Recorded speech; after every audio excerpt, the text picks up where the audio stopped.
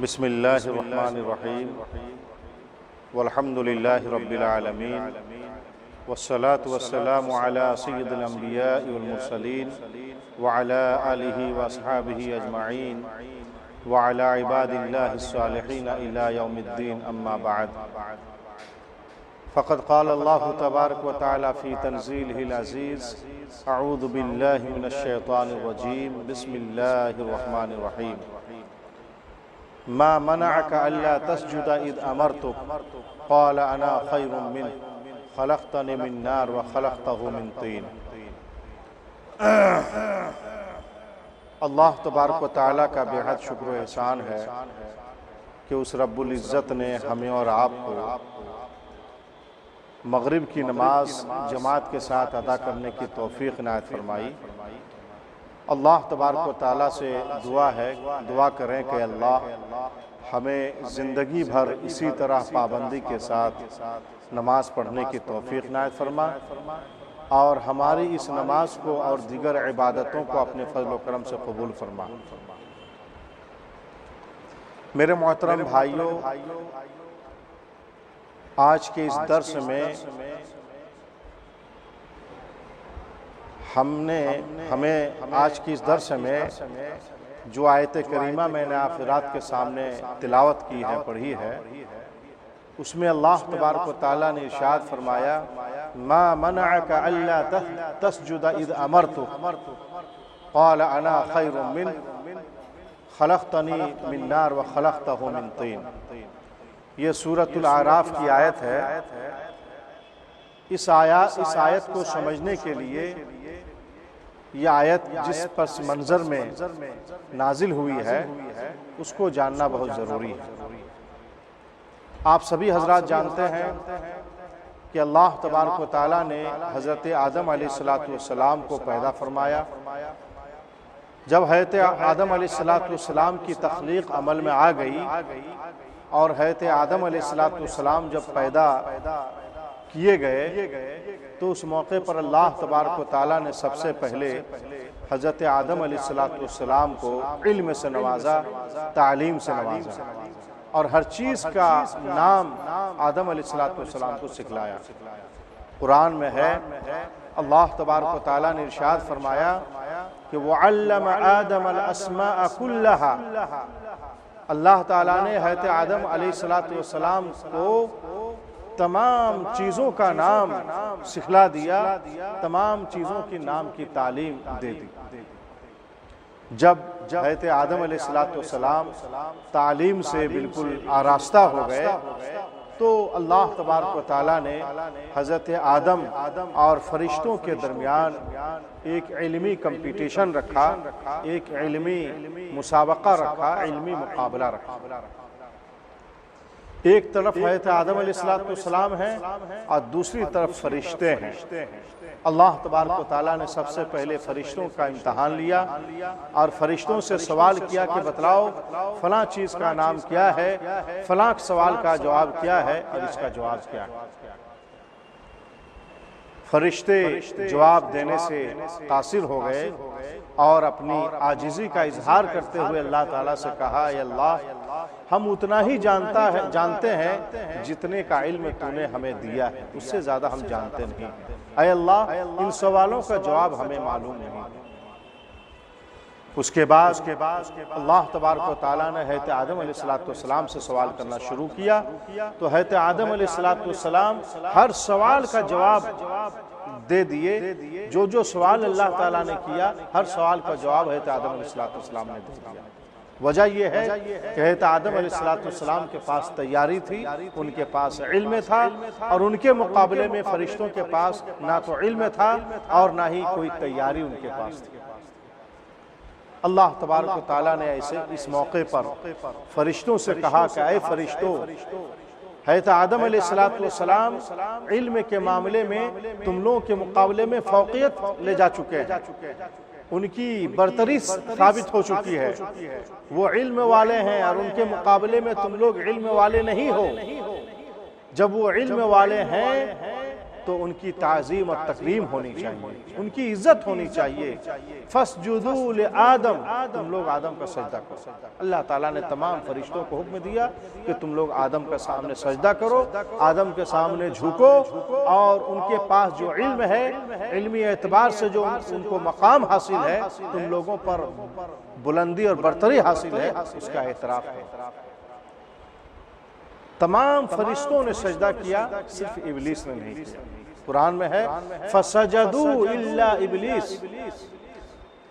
تمام فرشتوں نے سجدہ کیا سوائے ابلیس کے، ابلیس نے سجدہ نہیں کیا۔ اسی موقع پر اللہ تعالیٰ نے یہ کہا تھا مَا مَنَعَكَ أَلَّا تَسْجُدَ إِذَا أَمَرْتُكَ، اے ابلیس، جب میرا حکم تھا کہ تم آدم کا سجدہ کرو تو تم نے آدم کو سجدہ کیوں نہیں کیا؟ مَا مَنَعَكَ أَلَّا تَسْجُدَ إِذَا أَمَرْتُكَ، تم کو آدم کو سجدہ کرنے سے کس چیز نے روکا؟ کون سی چیز رکاوٹ بنی؟ کون سی چیز حائل ہو گئی؟ جبکہ میں نے تجھے حکم دیا، جب میرا حکم تھا کہ آدم کو سجدہ کرو تو تم نے آدم کا سجدہ کیوں نہیں کیا؟ ابلیس نے اس وقت کہا انا خیر من، اے اللہ میں آدم سے بہتر ہوں، خلقتنی من نار، تو نے مجھے آگ سے پیدا کیا ہے، وخلقتہ من طین، اور اسے تو نے مٹی سے پیدا کیا ہے، میں آدم سے بہتر ہوں، میں آدم کا کیوں سجدہ کروں؟ میں آدم کے سامنے کیوں جھکوں؟ ہونا تو یہ چاہیے تھا کہ آدم ہمارا سجدہ کرتے، میں آدم کا سجدہ کروں، میں تو اس سے بہتر ہوں۔ یہ کیسے ہو سکتا ہے کہ میں آدم کا سجدہ کروں، آدم کے سامنے جھکوں؟ جب ابلیس نے اللہ تبارک و تعالیٰ کے سامنے کبر و غرور کا مظاہرہ کیا، تکبر کا مظاہرہ کیا، اور اللہ کے حکم کے مقابلے میں اس نے عقل سے کام لیا، قیاس سے کام لیا، تو اللہ تبارک و تعالیٰ نے ابلیس جو جنت میں رہتا تھا، جنت سے اللہ تعالیٰ نے نکال دیا، اپنے دربار سے نکال دیا، اور آدم سے کہا یا آدم اسکن انت و زوجک الجنہ، اے آدم تم اور تمہاری بیوی حوا علیہ السلام تم دونوں جنت میں رہو، عیش کرو جنت میں جہاں چاہو گھومو پھرو، جو چاہو کھاؤ پیو، لیکن یاد رکھنا وَلَا تَقْرَبَا هَذِهِ الشَّجَرَةَ، یہ ایک درخت ہے، اس کے قریب تم مت جانا، اس درخت کو پھل کو مت کھانا، اور دیکھنا شیطان تمہارا دشمن ہے، وہ تمہیں بہکائے گا، وسوسہ میں مبتلا کرے گا، تم شیطان کے بہکاوے میں مت آؤ۔ اللہ تبارک و تعالیٰ نے آدم اور حوا علیہ السلام کو یہ تاکید، لیکن ابلیس نے اللہ تبارک و تعالیٰ سے آدم اور اولاد آدم کو راہ مستقیم سے بھٹکانے کی، اللہ کی نافرمانی کرنے کے لیے بہکانے کی اللہ تعالیٰ سے مہلت مانگی تھی، اور اللہ تعالیٰ نے ان کو ابلیس کو مہلت بھی دے دیا۔ جب ابلیس جنت سے نکالا گیا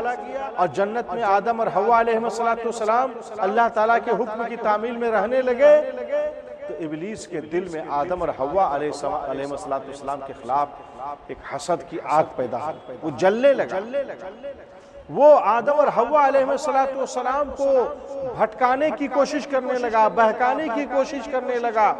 اللہ کے حکم عدولی کی کوشش کرنے لگا، اللہ کے نافرمانی کرنے کی کوشش کرنے لگا، بہت وسوسہ ڈالنے کی کوشش کی، بہت بہکانے کی کوشش کی، لیکن آدم اور حوا علیہ السلام بچتے گئے، ابلیس کے بہکاوے میں نہیں آئے بلکہ بچتے گئے۔ بلاخر ایک مرتبہ ابلیس نے خطرناک چال چلی اور ایک پیترا اس نے بدلا، اور آدم اور حوا علیہ السلام سے اللہ کی قسم کھا کر کے ایک بات کہی، قرآن میں ہے وَقَاسَمَهُمَا رَبَّهُمَا، ابلیس نے آدم اور حوا علیہ السلام سے قسم کھائی اور کہا کہ اے آدم اے حوا، تم دونوں کے رب کی قسم کھا کے کہتا ہوں، اللہ کی قسم کھا کے کہتا ہوں کہ میں تم دونوں کا خیر خواہ ہوں، میں تم دونوں کا بدخواہ نہیں ہوں، میں تم دونوں کا بھلا چاہتا ہوں، میں تم دونوں کا ہمدرد ہوں، میں تم دونوں کا خیر خواہ ہوں، میں تم دونوں کا مخالف نہیں ہوں، تم دونوں کے تعلق سے میرے دل میں عداوت نہیں ہے، حسد نہیں ہے، دشمنی نہیں ہے، بلکہ میرے دل میں تم دونوں کے تعلق سے خیر خواہی ہے، مدد کا جذبہ ہے، اور ہم تم دونوں کو چاہتے ہیں، ہم خیر خواہ ہیں۔ دیکھو اللہ تعالیٰ نے جس درخت کے قریب جانے سے تم دونوں کو منع کیا ہے وہ درخت بڑا اہم بڑا امپورٹنٹ درخت ہے. اگر اس درخت کو تم دونوں کھا لو گے، درخت کے پھل کو کھا لو گے تو ہمیشہ ہمیشہ جنت میں تم لوگ رہو گے. یہ شجرۃ الخلد ہے، کھاؤ گے تو ہمیشہ ہمیشہ جنت میں رہو گے، اور اگر نہیں کھاؤ گے تو میری طرح تم لوگ بھی ایک وقت جنت سے نکال دیے جاؤ گے. چونکہ حضرت آدم اور حوا علیہ السلام اللہ والے تھے، اور ابلیس نے اللہ کا واسطہ دے کر کے، اللہ کے قسم کھا کر کے اس نے بات کہی تھی، اور اللہ والے اللہ کا واسطہ، اللہ کا نام سنتے ہی پگھل جاتے ہیں. اس لیے آدم اور حوا علیہ السلام ابلیس کے بہکاؤ میں آ گئے، اور شجر ممنوعہ کو، جس درخت کو کھانے سے اللہ تعالیٰ نے آدم اور حوا علیہ السلام کو منع کیا تھا، جس درخت کے قریب جانے سے منع کیا تھا، آدم اور حوا علیہ السلام ابلیس کے بہکاوے میں آ کر کے اس شجر ممنوعہ کو، اللہ کے منع کردہ درخت کو ان دونوں نے کھا لیا. جب کھا لیا تو اللہ تعالیٰ نے مواخذہ کیا، کہا اے آدم اے حوا، کیا میں نے تم دونوں کو منع نہیں کیا تھا کہ تم دونوں اس درخت کے قریب مت جانا، اس کے پھل کو مت کھانا، اور تم لوگوں کو سمجھایا تھا نا کہ ابلیس اور شیطان تمہارا دشمن ہے، اس کے بہکاوے میں نہیں آنا. میرے سمجھانے کے باوجود تم دونوں ابلیس کے بہکاوے میں آ گئے، اور میرے منع کرنے کے باوجود تم لوگ اس درخت کے قریب جا کر کے درخت کو کھا لیے، تم دونوں بھی جنت سے نکلو. اللہ تعالیٰ نے آدم اور حوا علیہ السلام کو جنت سے نکالا. اب آدم اور حوا علیہ السلام رونے لگے، خوب روئے اللہ تعالیٰ کی یہاں. اللہ تعالیٰ کی یہاں ان دونوں نے معافی مانگی، استغفار کیا، توبہ کیا، اور یہ دعا کی، ربنا ظلمنا انفسنا وَإِن لَّمْ تَغْفِرْ لَنَا وَتَرْحَمْنَا لَنَكُونَنَّ مِنَ الْخَاسِرِينَ. اے ہمارے رب، ہم نے اپنے نفسوں پر ظلم کیا ہے. اے اللہ، تو نے فلاں درخت کے قریب جانے سے منع کیا تھا، ہم دونوں شیطان کے بہکاوے میں تیرے سمجھانے کے باوجود شیطان کے بہکاوے میں آ گئے، اور تیرے منع کرنے کے باوجود بھی تیرے منع کردہ درخت کو، شجر ممنوع کو ہم دونوں نے کھا لیا ہے. اے اللہ، ہم نے تیرے حکم کی نافرمانی کر کے اپنے اوپر بہت بڑا ظلم کر لیا ہے. ربنا ظلمنا انفسنا، اے اللہ ہم نے اپنے نفسوں پر ظلم کر لیا. اے اللہ، تو غفار ہے، تو گناہوں کو معاف کرنے والا ہے، تو ہمارے اس گناہ کو معاف کر دے. اگر تو ہماری مغفرت نہیں فرمائے گا،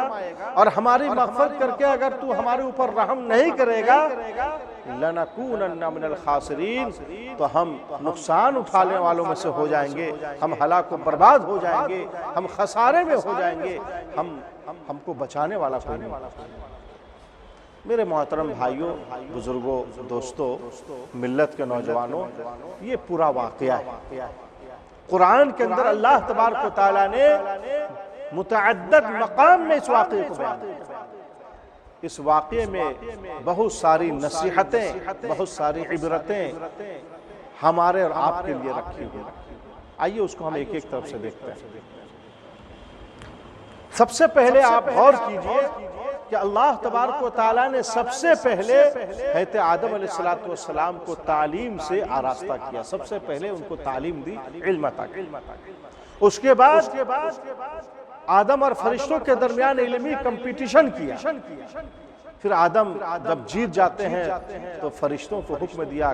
کہ فرشتوں تم لوگ آدم کا سجدہ کرو. یہاں پر دیکھیے، سب سے پہلے اللہ تعالیٰ نے آدم علیہ السلام کو علم سے آراستہ کیا، پھر علمی کمپٹیشن رکھا، پھر آدم علیہ السلام جیت جاتے ہیں، فرشتے ہار جاتے ہیں، تو فرشتوں کو حکم اللہ تعالیٰ کرتا ہے کہ تم آدم کا سجدہ کرو. اس میں میرے بھائیوں ہمارے لیے یہ ایک نصیحت رکھی ہوئی ہے، اور اللہ تعالیٰ یہ کہہ رہا ہے کہ اے دنیا کے لوگوں، اے مسلمانوں، اگر تمہارے پاس علم ہوگا، اگر تمہارے پاس صلاحیت ہوگی، اگر تمہارے پاس قابلیت ہوگی، اگر تمہارے پاس علوم و فنون ہوں گے تو تم کو اونچا مقام حاصل ہوگا، تمہیں قیادت و سیادت ملے گی، حاکمیت تمہارے پاس ہوگی، عزت و سربلندی کی زندگی تمہیں نصیب ہوگی. اور تمہارے سامنے دنیا ویسے ہی جھکے گی جس طرح آدم علیہ السلام کے سامنے فرشتے جھک گئے، اور جس طرح فرشتوں کے مقابلے میں آدم علیہ السلام کو اللہ تعالیٰ نے اونچا مقام دیا۔ اگر تمہارے پاس علوم و فنون ہوں گے، علوم و فنون میں اگر تم اونچا مقام حاصل کرو گے تو ایسے ہی تمہیں زمانے میں اونچا مقام ملے گا، عزت و سربلندگی ملے گی، اور دنیا تمہارے سامنے ویسے ہی جھکے گی جس طرح فرشتے آدم علیہ السلام کے سامنے جھکے۔ اور حضرت آدم علیہ السلام کو تعلیم دے کر کے علمی کمپٹیشن سے پہلے علم سے سرفراز کر کے اللہ تعالیٰ یہ بتا رہا ہے کہ دیکھو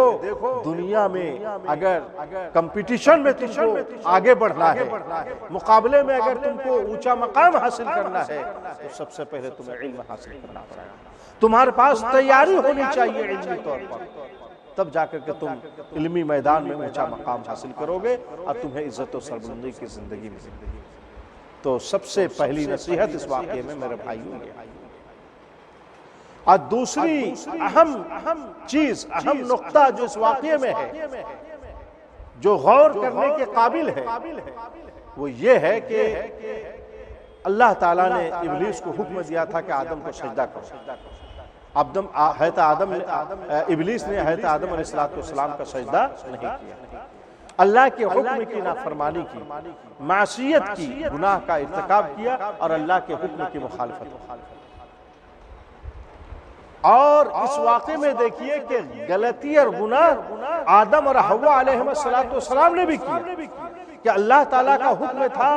کہ اے آدم اور حوا علیہ السلام کے لیے کہ فلاں درخت کے قریب مت جانا، اس کو مت کھانا، اللہ کے منع کرنے کے باوجود شیطان کے بہکاوے میں آ کر کے آدم اور حوا علیہ السلام نے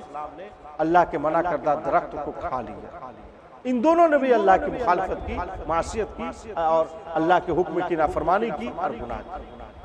غور کیجئے، اللہ کے حکم کی نافرمانی ابلیس نے بھی کیا ہے اور اللہ کے حکم کی نافرمانی آدم اور حوا علیہ السلام نے بھی کیا، لیکن میرے بھائیوں دونوں کے گناہ کرنے میں، دونوں کے اللہ کے حکم کی مخالفت کرنے میں آسمان اور زمین کا فرق۔ اگر اس فرق کو میرے بھائیوں آپ سمجھ جاتے ہو اور اس کے مطابق اگر اپنی زندگی کو آپ ڈھال لیتے ہو تو رب کعبہ کی قسم آپ کی دنیا بھی بن جائے گی اور آخرت بھی آپ کی سمجھ جائے گی۔ آئیے اس فرق کو ہم دیکھتے ہیں، وہ فرق کیا ہے۔ فرق یہ ہے کہ اللہ تبارک و تعالیٰ نے جب ابلیس کا مواخذہ کیا کہ اے ابلیس میرا حکم تھا کہ آدم کو سجدہ کرو، تم نے سجدہ کیوں نہیں کیا؟ تو ابلیس نے اپنی غلطی کا اعتراف نہیں کیا، اس سے غلطی ہوئی تھی، اللہ کے حکم کی نافرمانی کیا تھا، لیکن ابلیس نے اپنی غلطی کا اعتراف نہیں کیا، اسے غلطی کا احساس نہیں ہوا، اور نہ صرف یہ کہ اس نے اللہ کے حکم کی جو نافرمانی کی تھی اس غلطی کا اعتراف نہیں کیا، بلکہ وہ اپنی غلطی پر ڈٹا رہا اور اپنی غلطی کو صحیح ثابت کرنے کے لیے اللہ کے حکم کے مقابلے میں اپنی عقل کا استعمال کیا، کہا کہ اللہ ہم سے کوئی غلطی نہیں ہوئی ہے، تو نے مجھے آگ سے پیدا کیا ہے، آدم کو مٹی سے پیدا کیا ہے، میرا مقام اونچا ہے، آدم کا مقام نیچا ہے، میں آدم کا سجدہ کیوں کروں؟ میں صحیح پر ہوں، میں نے کوئی تیرے حکم کی نافرمانی نہیں کی۔ لیکن اسی واقعے میں دیکھیے کہ جب اللہ تعالیٰ نے حضرت آدم اور حوا علیہ السلام کا جب مواخذہ کیا اور ان دونوں سے کہا کہ اے آدم اے حوا، کہ جب میں نے تم دونوں کو منع کیا تھا کہ فلاں درخت کے قریب مت جانا، پھر بھی تم دونوں اس درخت کے قریب کیوں گئے؟ اس درخت کو شیطان کے بہکاوے میں آ کر کے کیوں کھا لیے؟ تو آدم اور حوا علیہ السلام نے فوراً اپنی غلطی کا اعتراف کیا اور کہا کہ اللہ ہم سے بہت بڑی غلطی ہو گئی ہے، گناہ کا ارتکاب ہو گیا ہے، ہم سے بھول ہو گئی ہے، ہم نے تیری حکم کی نافرمانی کی ہے، اے اللہ تو ہمیں معاف کر دے، ہم پر رحم فرما ورنہ ہم ہلاک و برباد ہو جائیں۔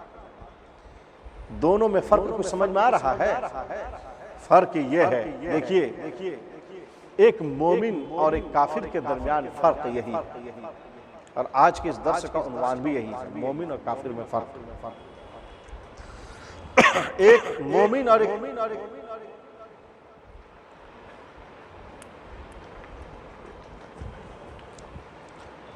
ایک مومن اور ایک کافر کے درمیان فرق یہ ہے کہ جب مومن سے اللہ کے حکم کی نافرمانی ہوتی ہے، جب مومن سے غلطی کا ارتکاب ہوتا ہے، جب کوئی مومن کوئی غلطی کر بیٹھتا ہے اور جب ان کو بتا دیا جاتا ہے کہ میرے بھائی آپ کا یہ عمل، آپ کا یہ عقیدہ قرآن و حدیث کے خلاف، اللہ اور اس کے رسول کے فرمان کے خلاف، تو جو مومن ہوگا وہ فوراً اپنی غلطی کا اعتراف کرے گا اور اللہ اور اس کے رسول کی بات کو مان لے گا، قرآن و حدیث کی بات کو مان لے گا اور اللہ تعالیٰ سے وہ استغفار کرے گا، اپنے گناہوں کی معافی مانگے گا۔ یہ ہے مومن کی پہچان۔ جیسا کہ آدم اور حوا علیہ السلام سے ہوا کہ جب اللہ نے مواخذہ کیا اور کہا کہ تم دونوں نے میرے منع کرنے کے باوجود تم دونوں نے فلاں درخت کو کیوں کھا لیا، فوراً ان دونوں نے اپنی غلطی کا اعتراف کیا اور اللہ تعالیٰ سے معافی مانگی۔ لیکن جو کافر ہوتا ہے، جو مسلمان نہیں ہوتا ہے، جو اس کے اندر کتاب و سنت کی اتباع نہیں ہوتی ہے، جو قرآن و حدیث کا صحیح ماننے والا نہیں ہوتا ہے، جو کافر ہوتا ہے، مشرک ہوتا ہے، ان کا حال یہ ہے کہ جب ان سے کہا جائے کہ تمہارا یہ عقیدہ، تمہارا یہ عمل قرآن و حدیث کے خلاف، تم اللہ اور اس کے رسول کے حکم کے نافرمانی کر رہے ہو، یہ گناہ کا کام ہے۔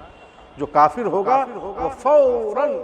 وہ جو ہے مقابلے کے لیے تیار ہو جائے گا، وہ اپنے گناہوں کا اعتراف نہیں کرے گا بلکہ اپنے گناہوں پر ڈٹا رہے گا اور وہ قرآن و حدیث کے مقابلے میں، اللہ اور اس کے رسول کے فرمان کے مقابلے میں اپنی عقل کا استعمال کرے گا اور تعویل کر کے اپنی غلطی کو صحیح ثابت کرنے کی کوشش کرے گا، بجائے خود کو قرآن و حدیث کے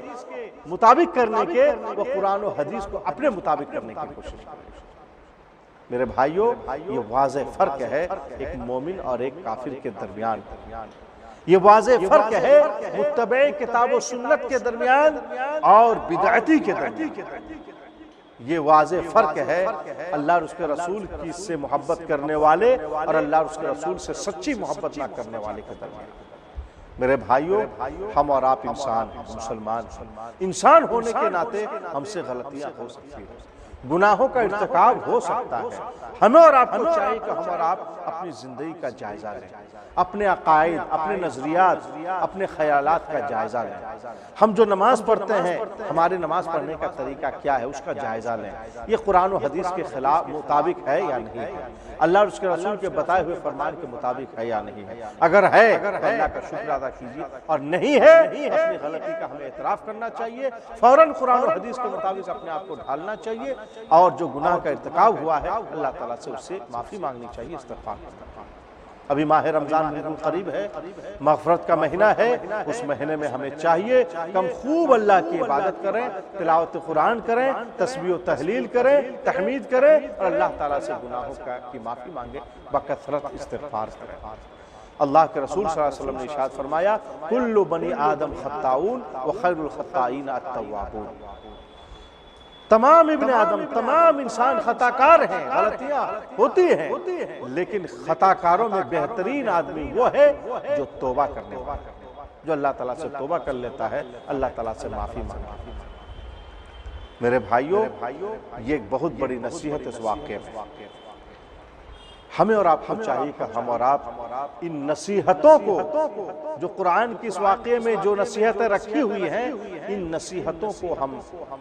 حاصل کریں، اپنائیں اور اس کے مطابق زندگی گزارنے کی ہر ممکن کوشش کریں۔ پیارے حبیب جناب محمد رسول اللہ صلی اللہ علیہ وسلم بکثرت استغفار کیا کرتے تھے، 70 مرتبہ، بعض روایتوں میں ہے 100 مرتبہ ایک دن میں استغفار کرتے تھے، جبکہ وہ معصوم عن الخطا تھے، بخشائے ہوئے تھے، سید الاولین والآخرین تھے، آخرت میں اونچا مقام حاصل ہے، اس کے باوجود اتنا استغفار کرتے تھے، تو ہم جیسے گناہگاروں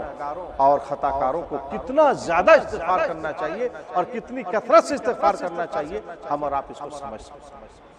اللہ تبارک و تعالیٰ سے دعا ہے کہ اللہ ہم تمام مسلمانوں کو کہنے سننے سے زیادہ اس پر عمل کرنے کی توفیق عنایت فرما۔ والسلام علیکم ورحمۃ اللہ وبرکاتہ۔